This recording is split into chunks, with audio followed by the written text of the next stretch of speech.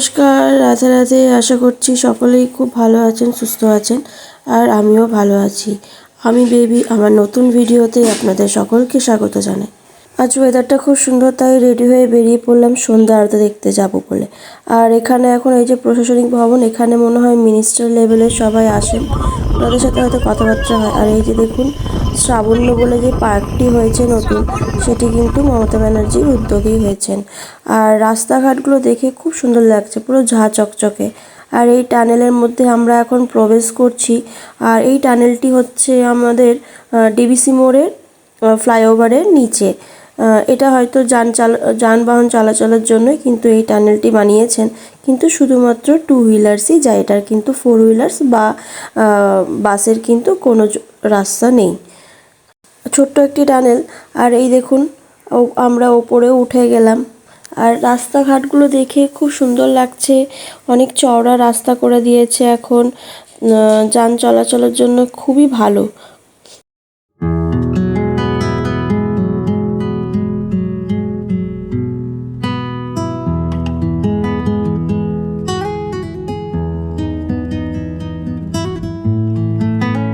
আমরা যখন বাড়ি থেকে বেরোই তখন বাজে হচ্ছে 6টা, আর আস্তে আস্তে সন্ধেও নেমে এলো। আর এটি একটি ব্যারেজ যাওয়ার শর্টকাট রাস্তা, আমরা অ্যাকচুয়ালি রাস্তা দিয়ে কিন্তু যাইনি। ওখানে প্রচুর ভিড় থাকে তো, আর ওই রাস্তাটা অ্যাকচুয়ালি মিট করাচ্ছে দুর্গাপুর আর বাঁকুড়া, তাই বলে আসতেও দেরি হয়ে যাবে। আর এটি হচ্ছে একটি girls school, Durgapur girls school. হাইওয়ের রাস্তাগুলো তো খুবই সুন্দর করেছে, আর এই দিকের রাস্তাগুলো কিন্তু খুব পরিষ্কার পরিচ্ছন্ন। আর ওটি ছিল একটি কালী মন্দির। আর দেখতে দেখতে প্রায় আমরা ব্যারেজের কাছাকাছি এসে পৌঁছালাম। আর রাত্রের ভিউটা দেখুন কত সুন্দর লাগছে, অপরূপ একটি দৃশ্য দেখতে পাচ্ছি। আর এখানে সন্ধ্যা আরতি হবে বলে সব রকম প্রস্তুতি চলছে। এখানে এই সিঁড়িগুলোতে সবাই বসে আছেন, কেউ কেউ দাঁড়িয়ে আছেন, কেউ কেউ গল্প করছেন। খুব সুন্দর একটা মনোরম পরিবেশ, খুবই ভালো লাগছে এসে। এটা আমার সেকেন্ড টাইম আসা এখানে। এই মন্দিরটি কখনো যাওয়া হয়নি, তবে মন্দিরটি দেখতে কিন্তু দূর থেকে খুব ভালো লাগছে। এটি একটি শিব ঠাকুরের মন্দির। এখন গ্রীষ্মকাল, তাই সন্ধ্যা আরতি শুরু হচ্ছে 7টার থেকে। আমরা জানতাম না, তাই ভাবলাম 6:30 থেকে শুরু হবে। তো এসে দেখছি শুধুমাত্র প্রস্তুতিই চলছে, এখনও শুরু হয়নি। ভালোই হলো, দেখতে পাবো প্রথম থেকে। প্রতীক্ষার অবসর ঘটল, আর ওনারাও দাঁড়াতে বললেন সবাইকে। প্রার্থনা করিয়ে শুরু হবে সন্ধ্যা আরতি। শঙ্খধ্বনি আর ভগবানের গান শুরু করে শুরু হচ্ছে প্রার্থনা।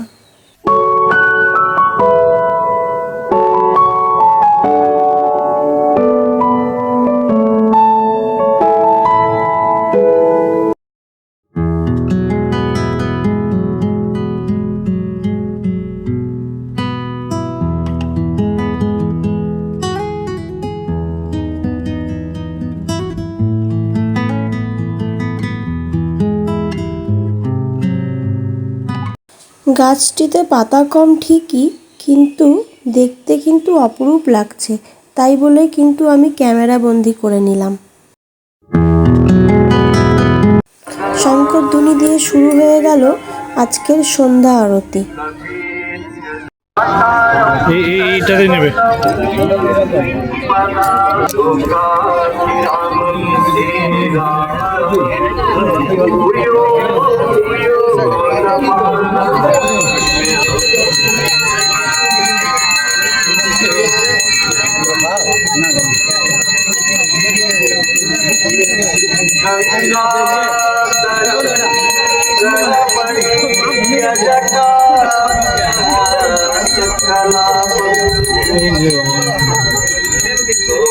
তারপর পজ করো, পজ করো।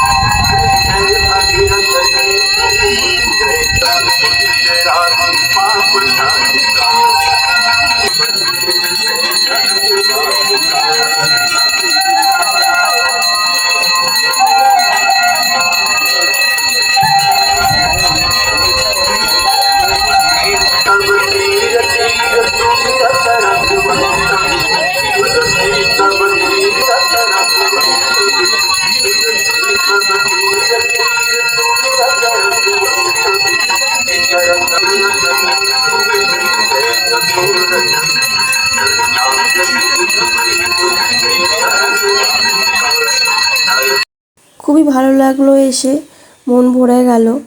আর ভগবানের উদ্দেশ্যে যে সন্ধ্যা আরতি দেওয়া হলো সেটিও দেখলাম। শেষ হয়ে গেল, এখন বাড়ি যাওয়ার পালা। ওই জন্য হেঁটে হেঁটে দুজনে মিলে বাড়ির উদ্দেশ্যে যাব বলে গাড়ির দিকে যাচ্ছি। আর যেই রাস্তা দিয়ে এসেছিলাম সেই রাস্তা দিয়ে আবারও ফেরত যাচ্ছি। খুব সুন্দর দেখতে লাগছে, ভালো লাগছে, ওই জন্য বললাম যে আমাকে ওই রাস্তা দিয়েই নিয়ে চলো।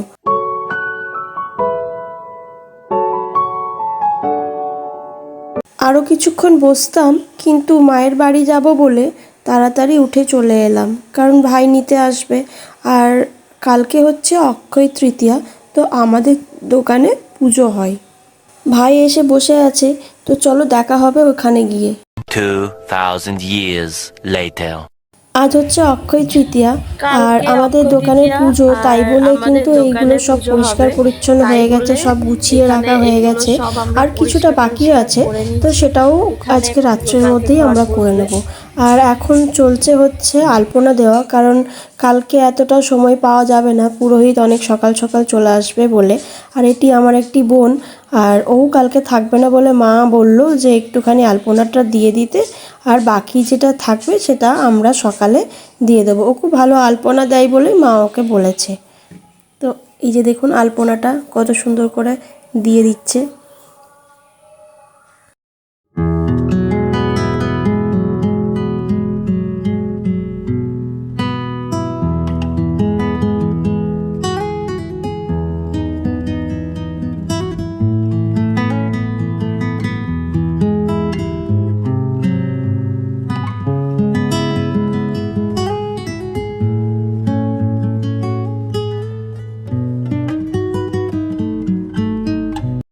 আর আরেক দিকে চলছে হচ্ছে গুছা বাগা। এখন সব এগুলো ভালো করে বাগানো হবে। এই দোকানটি দেখাশোনা তিনজনেই করে, বাবা মা ভাই তিনজনেই থাকে। যখন যার সময় হয় সে তখন থাকে।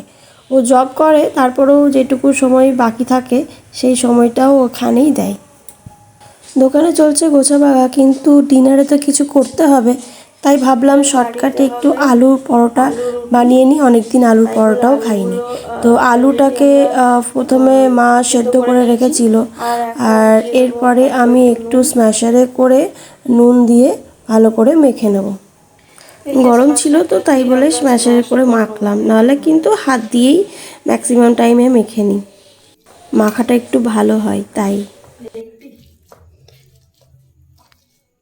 হ্যাঁ, পেঁয়াজটা কেটে নাও।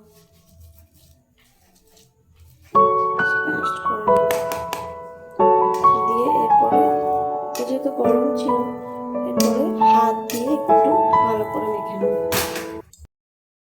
কড়াইতে তেল গরম করতে দিয়ে একটু লঙ্কা দিলাম আর একটু জিরে ফোড়ন দিলাম, তাতে কিন্তু স্বাদটা একটু অন্যরকম আসে। আর আমি একটু অন্যরকমভাবেই আজকে চেষ্টা করেছি করার। এরপর দিয়ে দিচ্ছি হচ্ছে পেঁয়াজটা, হালকা হালকা যতক্ষণ না ব্রাউনিশ হবে ততক্ষণ কিন্তু ভাজতে থাকবেন। আর আমার ব্রাউনিশ হয়ে এসছে পেঁয়াজগুলো, এর মধ্যে দিয়ে দিচ্ছে হচ্ছে একটু আদা বাটা আর একটু লঙ্কা বাটাও এর মধ্যে ছিল। তো যতক্ষণ না কাঁচা গন্ধটা যাবে ততক্ষণ কিন্তু আপনাদেরকে কষিয়ে নিতে হবে। আর একটু দিয়ে দেবো সবজি মশলা আর একটু হলুদ, তাতে কিন্তু স্পাইসি ব্যাপারটা একটু আসবে, ভালো লাগবে তাতে খেতে। আর অল্প একটু ধনে আর জিরে গুঁড়ো। ভালো করে এরপরে কষিয়ে নেব। আর কাঁচা গন্ধটা যখন ছেড়ে যাবে একটু জল দিয়ে চিনি দিয়ে তারপরে ওপর থেকে স্ম্যাশড করে রাখা আলুগুলো দিয়ে দেব। দুটোকে একসাথে ভালো করে মিশিয়ে নেব যাতে আলু আর মশলাটা মিক্স হয়ে যায়। পুরটা কিন্তু অলরেডি রেডি হয়ে গেছে, আর আগের থেকে মা আটাটা মেখে রেখেছিল আর লেচিও কেটে রেখেছিল। আগের থেকে ময়দা বা আটাটা যদি একটু মেখে রেখে দিন তাহলে দেখবেন খুব রুটিগুলো সফট হয়। আর এরপরে বসে পড়বো লেচিগুলোর মধ্যে পুর ভরার জন্য, তাই ছোট ছোট বাটি করে নিচ্ছি ওর মধ্যে পুরটা দেব বলে। বেশি কিন্তু ভরলে হবে না পুরটা, তাহলে কিন্তু পুরটা বেরিয়ে যাবে বাটিগুলোর থেকে। আর পরোটাটাও ফেটে যাবে। তাই যেইটুকু পরিমাণ লাগবে সেইটুকু পরিমাণই কিন্তু দেবেন। আর ভালো করে কিন্তু মুখটা বন্ধ করবেন, না হলে কিন্তু বেরিয়ে যায়।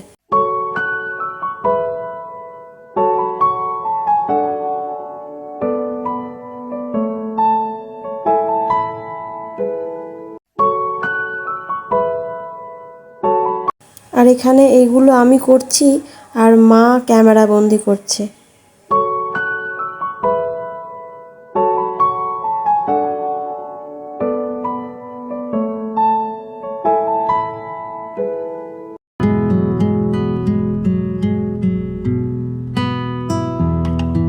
আমি ঠিকঠাক পারছি না দেখে মা আমাকে বলল, দে আমাকে দে, আমি এগুলো সব মুখগুলো ভালো করে বন্ধ করে দিই, তারপরে তুই এগুলো বেলে দিবি আর আমি সেঁকে নেব।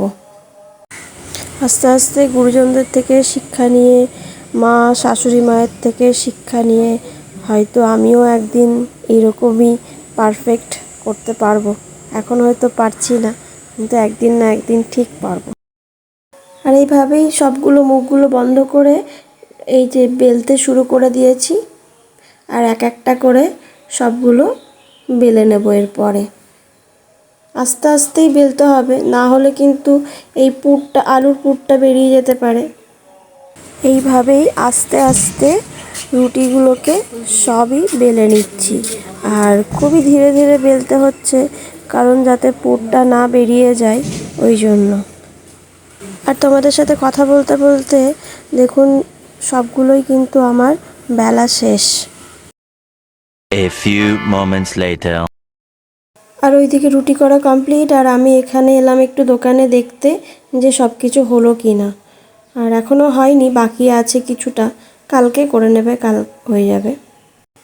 আর বাড়ি এসে এই যে আমার ভলুকে দেখুন শুয়ে আছে আমার কোলের মধ্যে। ডিনারে হয়েছে আলু পরোটা, ডিম ভাজা, শসা আর সস। আজ তাহলে আসি, দেখা হচ্ছে অন্য একটি নতুন ভিডিও। ততক্ষণ ভালো থাকবেন, সুস্থ থাকবেন।